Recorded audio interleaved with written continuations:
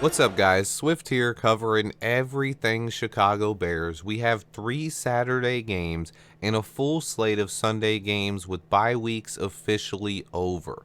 During the bye week, the Bears did get some help from other teams, but the Broncos were unable to get anything cooking and have moved into the number 2 spot in the draft, which brings me to my first thing to root for this weekend: the Broncos to beat the Cardinals Sunday afternoon in Denver.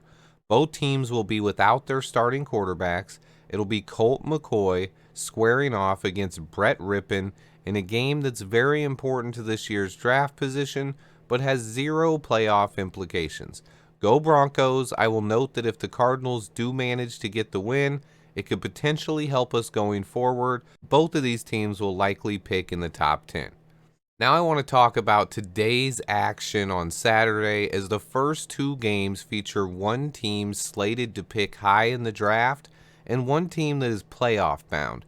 All Bear fans can root for other teams to lose to help our draft position. It has nothing to do with what happens in the Bears game, but there are some draft implications at hand today.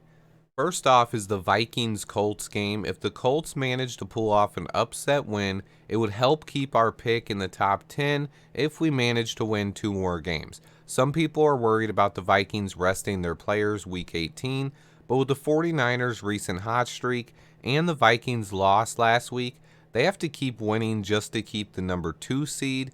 Sorry to my Vikings fan, but I'm pulling for the Colts in this one. And then today's most important game for us is the Browns and Ravens. I've mentioned it a few times, but just in case, I am rooting for the Ravens. I am rooting against the Ravens every week this year. Where they end the season directly determines our second round pick. Also, if the Browns can win just 1 more game, it pretty much eliminates them from jumping us in draft position. So I'll be pulling for Nick Chubb to run all over the Ravens today. The next biggest game doesn't come until Monday night, but I'll save that for last. Some box scores to keep an eye on tomorrow are the Saints-Falcons game. We really want the Saints to win at least 1 more game, so go Saints. Panthers-Steelers are both 5-win teams. Either team winning helps us.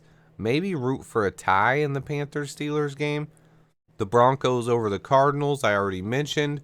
The Raiders beating the Patriots wouldn't hurt. The Lions have won enough, and Don Burr thinks that they won the Super Bowl already. So hopefully the Jets and Zach Wilson, who's starting again because Mike White is out, can get a win. And then finally, I really want Baker Mayfield and the Rams to smack Aaron Rodgers and Green Bay Packers on Monday Night Football for multiple reasons. First off, it helps our draft status if the Rams win. Some people are rooting for the Packers, but heck no, I don't care where they pick. But also, if the Packers lose, they are eliminated from playoff contention officially. It's possible they even get eliminated on Sunday, but once this happens, the Jordan Love watch begins. And the question of, is Aaron Rodgers' time in Green Bay and possibly the NFL over? I doubt Rodgers retires in the same year as Brady. Neither guy wants to share the limelight. So who knows what happens in the offseason, but I want to see Rodgers lose badly, and we have multiple reasons to root for that on Monday night. Also, bonus Bears talk: if Justin Fields and the Chicago Bears can pull off an upset win against the Eagles this weekend or against the Bills on Christmas Day, it'll give confidence to the guys on this roster that we can beat anybody, and that will carry over into the offseason. I don't think losing these games will hurt us. Having a QB as dynamic as Justin Fields, who works as hard as he does, motivates teammates.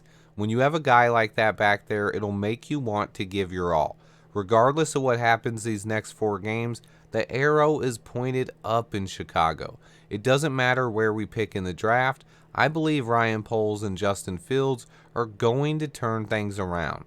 I do think if we lose these next 4 games and somehow do end up with the number 2 pick, there is potential for a big trade down if a team wants to come up and get Bryce Young or CJ Stroud. If we win a game or 2, that goes away, but it shouldn't damper your excitement for this offseason. Not when the consolation prize would be a guy like Myles Murphy or Brian Bressie. The good news is the Bears have their first round pick this year, which hasn't been the case too often in recent years. They also have by far the most cap space in the league and extra draft picks. So I, for one, am excited about this offseason, and I will be here covering it every step of the way. I appreciate everybody who watches. Please hit that like button for me. And until next time, bear down.